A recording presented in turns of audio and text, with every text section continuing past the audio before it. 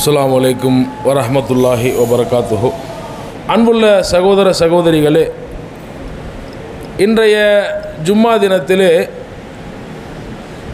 சூரத்துல் யாசீன் என்கின்ற சூறாவிற்குள் இருக்கக்கூடிய 2 ஆயத்துகள் குறித்த செய்திகளை அறிந்து கொள்ளவிருக்கின்றோம். இந்த செய்திகளை புரிந்து கொள்வதற்கு முன்னால், இதனுடைய விளக்கத்தை அறிந்து கொள்வதற்கு முன்னால் ஒரு சில நிகழ்வுகளை உங்களுக்கு நான் நினைவூட்ட விரும்புகின்றேன். நபிகள் நாயகம் ஸல்லல்லாஹு அலைஹி வஸல்லம் அவர்களும் சரி, அவர்களுக்கு முந்தி வாழ்ந்த மக்களும் சரி, அவர்களுடைய நபிமார்களை அவர்கள் நீண்ட நெடும் காலமாக பார்த்து வந்த நிலையில்தான் நபிமார்களாக அல்லாஹ்வால் அவர்கள் நியமிக்கப்படுகிறார்கள்.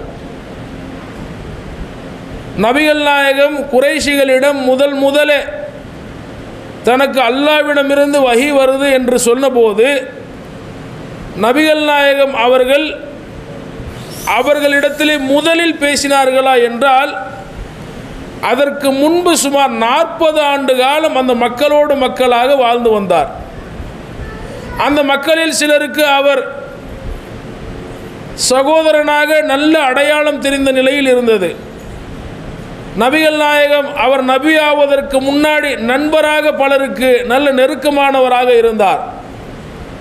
குடும்ப உறுப்பினரில் ஒருவராக இருந்தார். எப்படி நபிகள் நாயகம் இவ்வாறு அறிமுகமான நிலையில்தான் நபியாக தன்னை அல்லாஹ்விடமிருந்து தன் தூதராக வந்ததை சொன்னாரோ, அதே போல்தான் ஈசா அவர்களும் அவர்களுடைய குடும்பத்தில் இருந்த மரியம் அவர்கள் அந்த மக்களுக்கு நன்கு பரிச்சயமானவர்களாக இருந்தார்கள். அதற்கு முன்பு வாழ்ந்த மூசா நபியை பற்றி அல்லாஹ் தஆலா சொல்லி காட்டும் போது, நான் அல்லாஹ்விடமிருந்து உங்களுக்கு வந்த தூதர் என்பதை அறிந்து கொண்டே ஏன் எனக்கு தொல்லை தருகிறீர்கள் என்று அவர்கள் கேட்டார்கள்.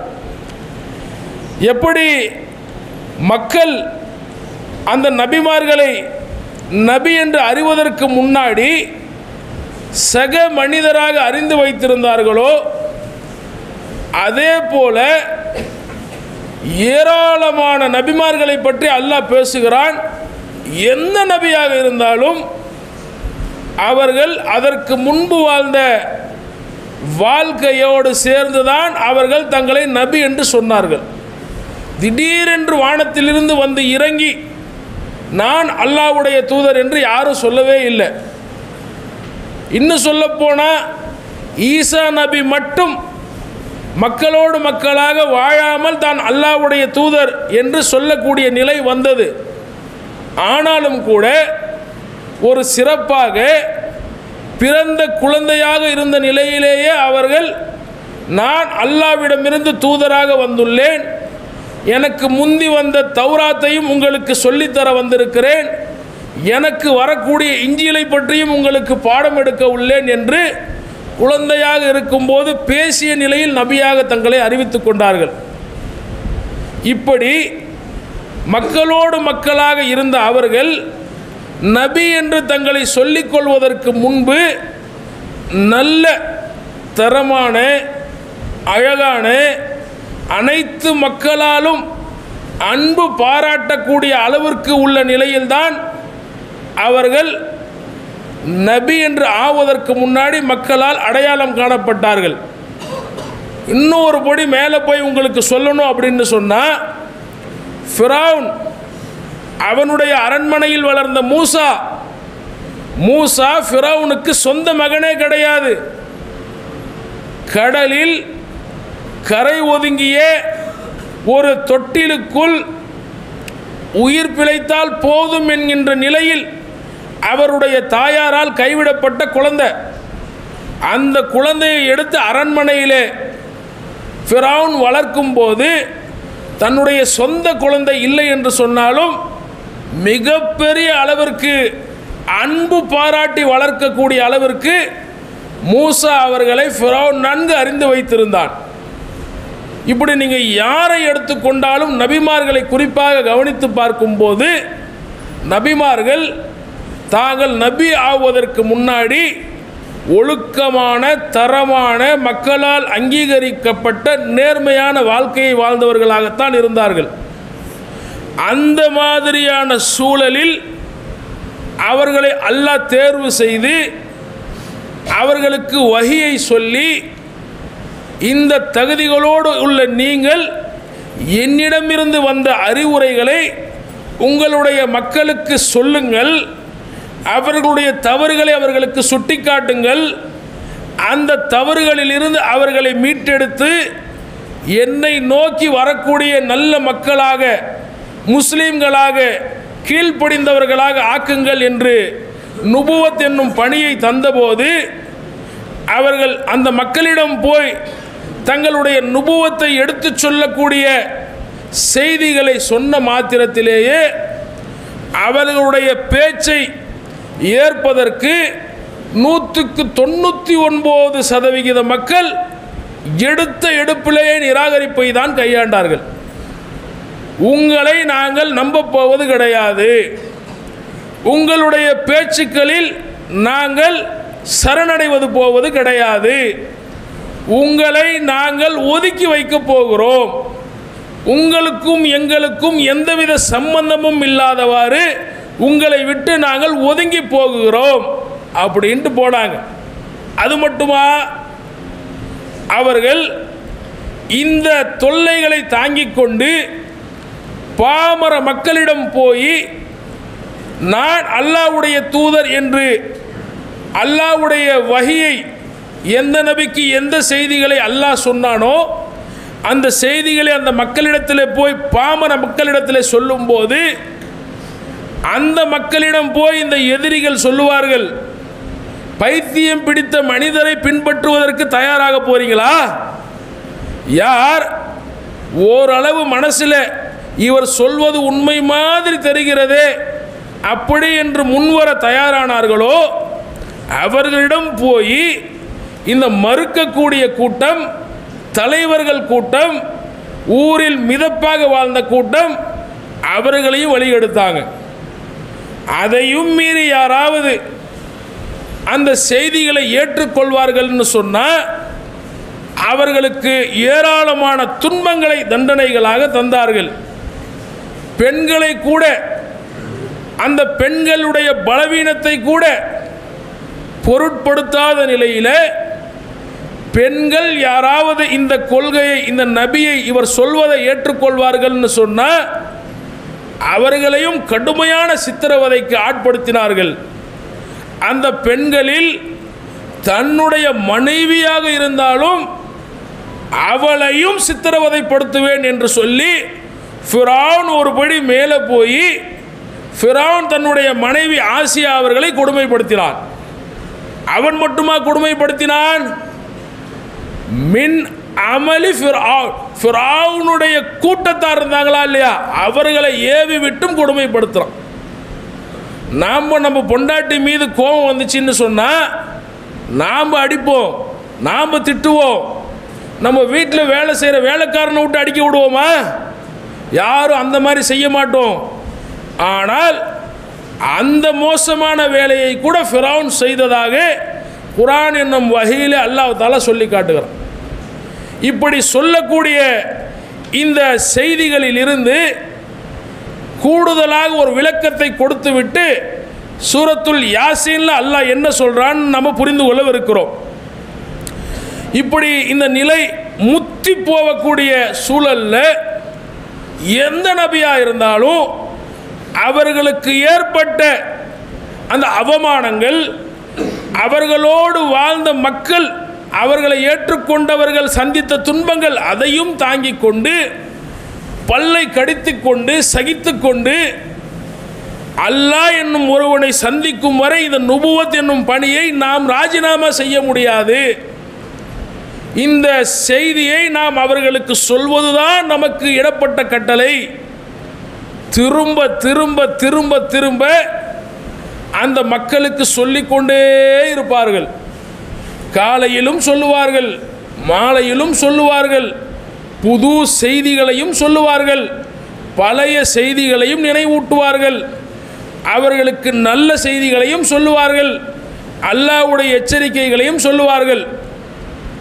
எவ்வளவு செய்திகளை சொன்னாலும் எரிச்சலுக்கு மேல் எரிச்சல் அடையக்கூடிய, எந்த அளவுக்கு எரிச்சலுக்கு மேல் எரிச்சல் அடைந்தார்கள் அப்படின்னு சொன்னால், அவர்களுடைய செயல்களை அப்படியே அல்லாஹ் படம் பிடித்து காட்டும் போது அந்த செய்திகளை அவர்கள் ஜீரணிக்க முடியாமல் ஆத்திரத்தினுடைய உச்சத்திற்கு போயிடுவாங்க.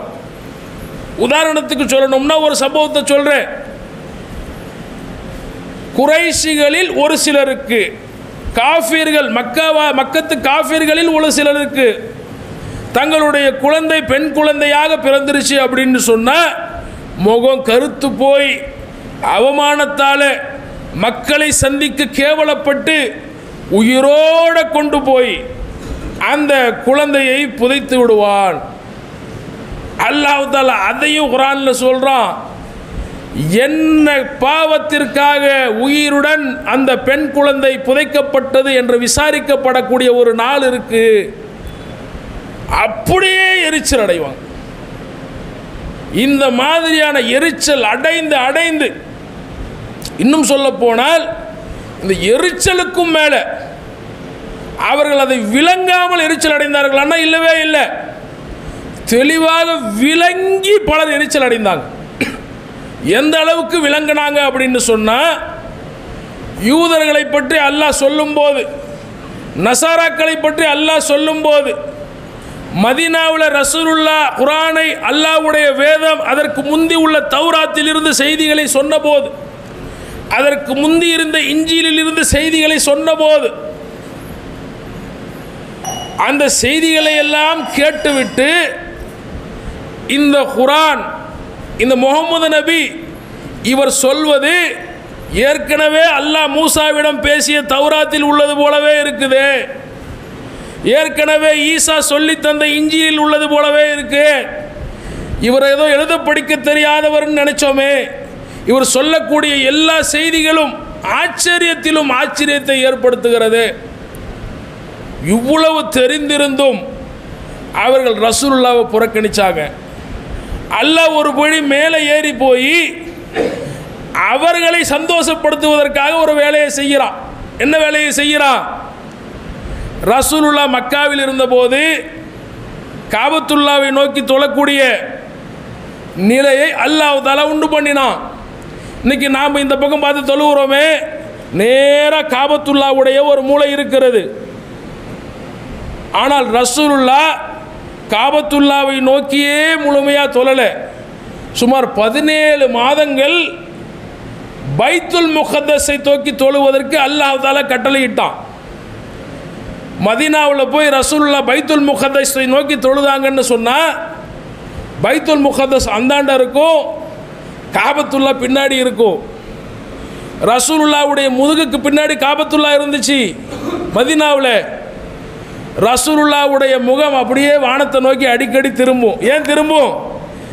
எத்தனை நாள் நான் என்னுடைய தாய் வீடான மக்காவில் உள்ள அல்லாஹ்வுடைய ஆலயமான காபாவை நோக்கி என்னுடைய முகத்தை திருப்ப போறனோ அப்படின்னு சொல்லி வானத்தை அடிக்கடி பார்ப்பார், வஹி இறங்குமான்னு சொல்லி. ஏன் அல்லாஹ் இந்த வேலையை செஞ்சா?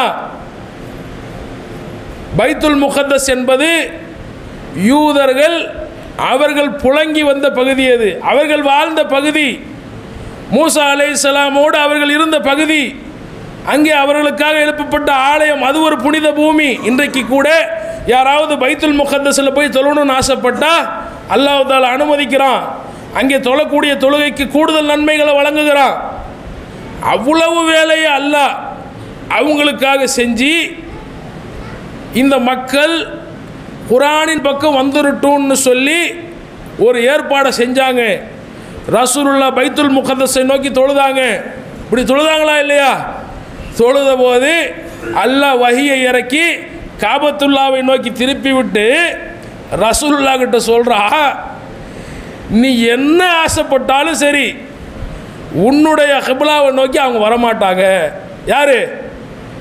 யார் இதற்கு முன்னாடி தௌராத்தையும் இஞ்சிலையும் பெற்றிருந்து இந்த குர்ஆன் அல்லாஹ்வுடைய வஹி என்பதை நல்லா அறிந்திருந்து, இந்த முஹம்மது அல்லாஹ்வுடைய தூதர் என்பதை அறிந்திருந்து, இவருக்கு பின் வந்து அவர்கள் இணைவதுதான் நியாயம் என்பதை அறிந்திருந்தாலும் அவர்களுக்காக இத்தனை மாத காலம் இந்த திசையை மாற்றி நீங்கள் தொழுதாலும் உங்கள் கிப்லாவை நோக்கி அவன் வரப்போகிறது கிடையாது அப்படின்னு சொல்லி அவர்கள் தெரிந்து கொண்டே அல்லாவிற்கு மாறு செய்தார்கள் என்று அல்லாஹ் சொல்லி காட்டுகிறார். வமா தஃபர்ரஹு, அவர்கள் பிரிந்து விடவே இல்லை. இல்லா மிம்பாதி மாஜாஅத்ஹுமுல் பையினா, தெளிவு அவர்களிடம் வந்த பின்பே தவிர அவர்கள் பிரிந்து போகல. அல்லாஹ்வே சான்று சொல்கிறார், இதுதான் சத்தியம் என்று அவர்களுடைய மனங்களில் தெளிவான பாதைகள் உண்டான பிறகுதான் இதை நான் ஏற்க மாட்டேன் அப்படின்னு பின்வாங்கினான் அவன். அப்போ காஃபிர்களும் சரி, பத்ர் களத்தை சந்திக்கும் வரை அபுஜஹல், உத்துபா, ஷைபா இவர்களெல்லாம் ரசூலுல்லாவை ஆரம்பத்திலிருந்து குழந்தையிலிருந்து அறிந்திருந்தும் அவர் நபி என்று சொன்னபோது நேர்மையாக நுபுவத்தை நிலைநாட்டிய போதும் அவர்களை ஏற்று வந்த மக்கள் அவ்வளவு துன்பங்களை சகித்து கொண்டும் லா இலாஹ இல்லல்லாஹ்வில் உறுதியாக இருந்த போதும் ரசூலுல்லாஹ் நீங்கள் வேண்டாம் என்று சொல்லி அங்கே இருந்து விலகி மதீனாவுக்கு போன போதும் அவர்களை விடக்கூடாது என்று படை திரட்டி வந்து பத்ரில் ஒரு ரமலான் மாதத்தினுடைய நாளிலே தங்களுடைய உயிர் துறக்கும் வரை இந்த வஹியை ஏற்பதற்கு அவருடைய மனங்களில் இடம் வரலை அப்படின்னு சொல்லி நாம் பார்க்க முடிகிறது. ஒரு பக்கம் நாம் கவனிக்க முடியக்கூடிய விஷயம் என்ன அப்படின்னு சொன்னால், எல்லா நபிமார்களும் குறிப்பாக நபிகள் நாயகம் அவர்கள் உண்மையான வாழ்க்கையை மக்களிடத்தில் சமர்ப்பித்து விட்டு அல்லாஹ் தந்த செய்திகளை அச்சு பிசகாமல் அப்படியே சொல்லிவிட்டு இதை நோக்கி வந்துருங்க, இதுவரை நீங்கள் செய்த அத்தனை பாவங்களையும் மன்னித்து அல்லாஹ் உங்களுக்கு சொர்க்கத்தை வாக்களிப்பான்னு சொன்னது. இன்னொரு பக்கம் இது உண்மைதான் என்று தெரிந்திருந்தும் நாங்கள் உங்களை ஏற்கப் போவது கிடையாது என்று அவர்கள் முரண்டு பிடித்தது. இப்படி ஆனதற்கான நிலை என்ன தெரியுமா? அல்லாஹ் சூரத்துல் யாசீனில் சொல்லி காட்டுகிறான். ரசூலுல்லாஹ் திரும்ப திரும்ப திரும்ப திரும்ப சொல்லி சொல்லி சொல்லி சொல்லி சொல்லி வஸவாஉன் அலைஹிம் அன்ஸர்தஹும் அம்லம் துன்சிர்ஹும் லா யுமினூன், அவர்களை பொறுத்தவரை சமம்தான் நபியே, அவர்களை பொறுத்தவரை சமம்தான். என்ன? அன்ஸர்தஹும், நீங்கள் அவர்களை எச்சரிப்பதும் சரி, அம்லம் துன்சிர்ஹும், எச்சரிக்காமல் விடுவதும் சரி, அவர்களை பொறுத்த வரைக்கும் சமம்தான். நீங்கள் அவங்களுக்கு போய் என்ன சொன்னாலும் சரி அது அவன் கேட்க போகிறது கிடையாது. நீங்கள் சொல்லாமல் விட்டாலும் ரொம்ப சந்தோஷம்னு இருந்துக்குவான். அவன் இந்த செய்திகளின் பக்கம் தன்னுடைய கவனத்தை செலுத்துவதற்கு துளி கூட தயாரா இல்லை. அல்லாஹ் தஆலா சொல்கிறான், லா யுமினூன், அவன் நம்பிக்கை கொள்ளவே மாட்டான் அப்படின்னு சொல்லி ஒரு குறிப்பிட்ட சாரார் குறித்து நீங்கள் நம்பிக்கை இழந்துருங்க. உங்களோடு யார் வந்தாங்களோ, அபூபக்கர் வந்தாங்களா சந்தோஷப்பட்டுக்கோங்க, பிலால் வந்தாங்களா சந்தோஷப்பட்டுக்கோங்க, அம்மார், யாசிர், சுமையா வந்தாங்களா சந்தோஷப்பட்டுக்கோங்க, அடிமைகளாக உள்ளவர்கள் வந்தார்களா சந்தோஷப்பட்டுக்கோங்க, ஏழைகளாக வந்தார்களா சந்தோஷப்பட்டுக்கோங்க.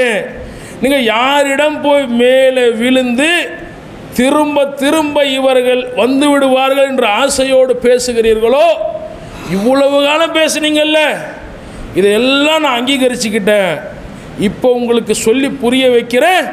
இவன் சும்மும் புக்முன் யுன்ஃபஹும் லா யர்ஜூன், இவன் செவிடன், இவன் ஊமை, இவன் குருடன், இவன் திரும்ப மாட்டான், இவன் மறுபடியும் அல்லாஹ்வை நோக்கி திரும்ப இவன் தயாராக கிடையாது அப்படின்னு சொல்லி அல்லாஹ் அவங்களுக்கு ஒரு பெரிய முத்திரையிட்டு விட்டான்.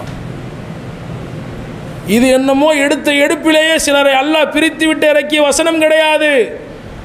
இந்த வசனங்கள் கிட்டத்தட்ட இறங்குவதற்கு நபி தன்னுடைய தூதுத்துவ பணியிலே 8 ஆண்டுகளுக்கு மேல் செலவிட்டார்கள். 8 வருஷத்துக்கு மேலே செலவிட்டார்கள். அதுக்கு பிறகுதான் நபிக்கு அல்லாஹ் சொல்கிறான், இவங்களை விட்டுடுங்க, யாரோட நீங்கள் வந்தீங்களோ அவங்களோட உங்களுடைய ஈமானை, உங்களுடைய பணியை நீங்கள் தொடர்ந்து செய்யுங்கன்னு சொல்லி தான் ஒரு சிலருக்கு அபிசீனியாவை முதல்ல அனுப்பிச்சி விட்டான். அதற்கு பிறகு மதீனாவுக்கு சிலர் அனுப்பிச்சி விட்டான். கடைசியாக நபியையும் அபூபக்கர் ரலியல்லாஹு அன்ஹு அவங்களும் மதீனாவை நோக்கி போனாங்க. இப்போ இவ்வளவு வேலைகள் நபி செஞ்சாங்க. இப்ராஹிம் நபி போய் அவங்க அப்பா கிட்ட எவ்வளவு கெஞ்சினாங்க, என் தந்தையே அல்லாஹ்வை ஏற்றுக்கொள்ளுங்கள், இந்த கற்சிலைகளை விட்டு விடுங்கள். கேட்க வரல.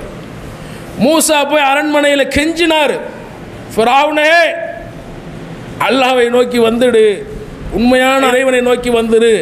கேட்கல. நூஹ் நபி கெஞ்சினார், என் மக்களே, என் மனைவியே, என் மகனே. அவருடைய மகனை எப்போது அழைத்தார் அவர்?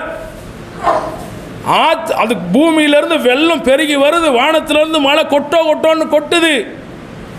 இனி பிழைப்பதற்கு இந்த கப்பலை தவிர எதுவும் உபயோகப்படாதுன்ற நிலையில் வந்து கப்பலில் ஏறிக்கப்பா அப்படின்னு கூப்பிட்டாரு. அது வரைக்கும் அடைத்திருந்த காது அப்போ திறக்குது. இந்த மகனுக்கு காது திறக்குது.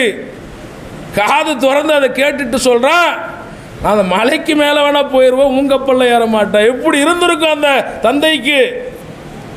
கேட்க வரல. இப்படிப்பட்ட மக்களை அல்லாஹ் குர்ஆன்ல சொல்லி காட்டிவிட்டு எல்லாத்துக்கும் உள்ள காரணம் என்ன தெரியுமா? ஒரு ஆயத்தில் அல்லாஹ் சொல்றான், இன்ன ஃபீ ஸாலிக லஸிக்ரா லிமன் கான லஹு கல்புன் அவ் அல்கஸ்ஸம வஹுவ ஷஹீத். இந்த அறிவுரை, இந்த செய்தி, இன்ன ஃபீ ஸாலிக லஸிக்ரா, இதில் நிச்சயமாக, இதில் இந்த குர்ஆனிலே அறிவுரைகள் இருக்கிறது. இந்த அறிவுரைகள் யாருடைய மனசிற்கு போய் சேரும் அப்படின்னு சொன்னா, லிமன் கான லஹு கல்ப், யாரிடத்திலே உள்ளம் இருக்குதோ அவங்கள்ட்ட தான் போய் சேரும். எல்லாத்துக்கும் உள்ள இருக்கு. உங்களுக்கு, எனக்கு, முஸ்லீமுக்கு முஸ்லீம், எல்லாத்துக்கும் உள்ள இருக்கு. அந்த கல்ப அல்லாஹ் சொல்றானா? இல்லை. அவ் அல் கஸ்ஸம, செவிதாழ்த்தி யார் கேட்கிறானோ அப்படிப்பட்டவனுக்கு உள்ள உள்ளம் இருக்கா இல்லையா, அவனுக்கு நிச்சயமாக இந்த குர்ஆனிற்குள் அறிவுரை இருக்குதுன்னு சொல்றோம். இப்போ அறிவுரை நம்மிடத்திலே வந்து கொட்டுன்னு கொட்டினாலும் நீங்களே இலக்காக ஆக்கப்பட்டு உங்கள் ஒரு மனிதருக்காக தாவா செய்வதற்காக ஒரு நபர் வாழ்நாள் முழுவதும் வாழ்ந்து வந்தாலும், இல்லை உங்கள் வீடு முழுவதும் அச்சிடப்பட்ட குர்ஆன் ஆயத்துகள், ஹதீஸ்களை நீங்கள் தொங்க விட்டிருந்தாலும், உங்களுடைய கார்களில் நீங்கள் சாவியை போட்டவுடன் குர்ஆனுடைய கிராத் ஓதப்பட்டாலும், நம்மை சுற்றி உள்ள மக்கள் அனைவரும் மௌலவிகளாக இருந்தாலும், அனைவரும் ஹாஃபிதுகளாக இருந்தாலும், நாம் கேட்கக்கூடிய செய்திகள் அனைத்தும் வஹிக்குள் இருந்தாலும், கவனமாக கேட்கக்கூடிய காதையும் தெளிவுபடுத்தி கொள்ள வேண்டும் என்ற ஆசையோடு உள்ளத்தையும் யார் திறந்து வைக்கலையோ அவனுக்கு இது எந்த காலத்திலும் பலன் தராது. அது பலன் தராது அப்படி என்பதற்கான சான்றுதான் நபிகள் நாயகம் ஸல்லல்லாஹு அலைஹி வஸல்லம் அவர்களுடைய பெரிய தகப்பனார் அபூ தாலிப். அவர் நபிக்கு காஃபிர்களால் எந்த இடையூறும் ஏற்படாதவாறு பாதுகாப்பாக இருந்தார்கள். ஹதீஸ்களிலே சொல்லுகிறார்கள், அபூ தாலிப்புடைய மரணம் வரை ரசூலுல்லாஹ் மிகப்பெரிய ஆறுதலோடு இருந்தார்கள். ஃபஸ்ட்டு கதீஜா இருக்கும் வரை ஆறுதல், அபூ தாலிப் இருக்கும் வரை ஆறுதல். கதீஜா அன்னை முஸ்லீமா வஃபாத் ஆயிட்டாங்க, சுப்ஹானல்லாஹ், அல்லாஹ் அவங்களுக்கு சொர்க்கத்தை வாக்களித்திருக்கிறான். அபூ தாலிப் அவ்வளவு நெருக்கத்தில் இருந்தும் மரண தருவாயில் ரசூலுல்லாஹ் அவர்களை அருகால தலைமாட்டில் அமர்ந்து, பெரிய தந்தையே அஸ்லீம், இஸ்லாத்தை ஏற்றுக்கோங்க, நான் என்னுடைய அப்துல் முத்தலீப்புடைய மார்க்கத்திலேயே இறந்துடுறேன், காது கேட்டுச்சு, உள்ள வேலை செய்யலை, உள்ளத்தை திறக்கலை. அப்போது அறிவுரைகள் கேட்க கேட்க மாற்றங்கள் உண்டாகும். ஆனால் உள்ளம் திறந்திருக்கணும். செவியும் உள்ளமும் ஒன்று சேர்ந்து நம்மோடு எப்போது ஒரு தாவா களத்திலே நாம் கேட்கக்கூடிய செய்திகளின் போது வேலை செய்கிறதோ அப்போ தான் மாற்றம் வரும். அப்போ தான் நம்ம உள்ளத்தில் சின்ன சின்னதாக மாற்றங்கள் உண்டாகும். அறிவுரை பலன் தர வேண்டும் என்ற ஆசையோடு ஜும்மாக்கள் ஆயிரக்கணக்கில் நடந்து கொண்டிருக்கிறது. உலகத்தில் பெண்கள் பயான் ஆயிரக்கணக்கில் நடக்குது. மாதத்துக்கு தெருமுனை கூட்டங்கள் லட்சக்கணக்கில் நடந்திருக்குது. கோடான கோடி உள்ளரங்கு பயான்கள் நடந்திருக்கிறது. ஆனானப்பட்ட நபிமார்களுடைய சொற்களில் இருந்தே செய்திகளை உள்வாங்கி முஸ்லீமாக ஆக முடியாதவர்களை பார்த்துருக்கிறோம். நம்ம வாயிலிருந்து எப்படி ஒருத்தன் முஸ்லீமாக மாறிடுவான்? மாற மாட்டான். ஆனால் மாறுவான். எப்போ மாறுவான் அப்படின்னா, கேட்கக்கூடியவனுடைய காது திறந்திருந்து அவனுடைய உள்ளத்தில் உள்ள மூடியை அவனே திறந்து இது என்ன சொல்லுது, இங்கே என்ன இருக்குது, ரெண்டையும் பொருத்தி பார்த்து நான் இதன்படி என்னை அமைத்து கொள்ள வேண்டும் என்று முன் வருவோம்னு சொன்னால் ஒரு ஆயத்து போதும், கண்ணு புலபுலபுலான்னு தண்ணி வந்துடும். அதுக்குன்னு அழுதுகிட்டே இருக்க போகிறது கிடையாது. சிரித்த முகத்தோடவே இருப்போம். ஆனால் உள்ளம் அஞ்சி நடுங்கி கொண்டிருக்கும் அல்லாவை நினைத்து. ரசூலுல்லாஹ் அப்படி தானே சொன்னாங்க, உங்கள் அனைவரை விட அல்லாவை நான் அதிகம் அஞ்சுகிறேன் அப்படின்னா ரசூலுல்லாஹ் நடுங்கிட்டே இருந்தாங்களான்னா இல்லை, சிரிச்சுக்கிட்டும் இருந்தாங்க, பேசிக்கிட்டும் இருந்தாங்க. ஆனால் உள்ளம் எப்போதும் அவர்களுக்கு நடுக்கத்துடனே இருந்தது. அந்த நடுக்கத்தை வெளிப்படுத்தக்கூடிய விதமாகத்தான் கிரகணங்கள் ஏற்பட்டால் உடனே தொழுகைக்கு விரைந்தார்கள். ரமதான் வந்தால் வாரி இறைத்தார்கள் செல்வத்தை. இரவுகளிலே குறைவாக தூங்கினார்கள். தொடர்ந்து நோன்பு வைப்பதற்கு ஆசைப்பட்டார்கள். பகலிலும் கூட பல நேரங்களில் கடமையல்லாத தொழுகைகளை நிறைநாட்டினார்கள். ஏன்? அழுதுகிட்டே இருப்பது இறையச்சத்தின் அடையாளம் கிடையாது.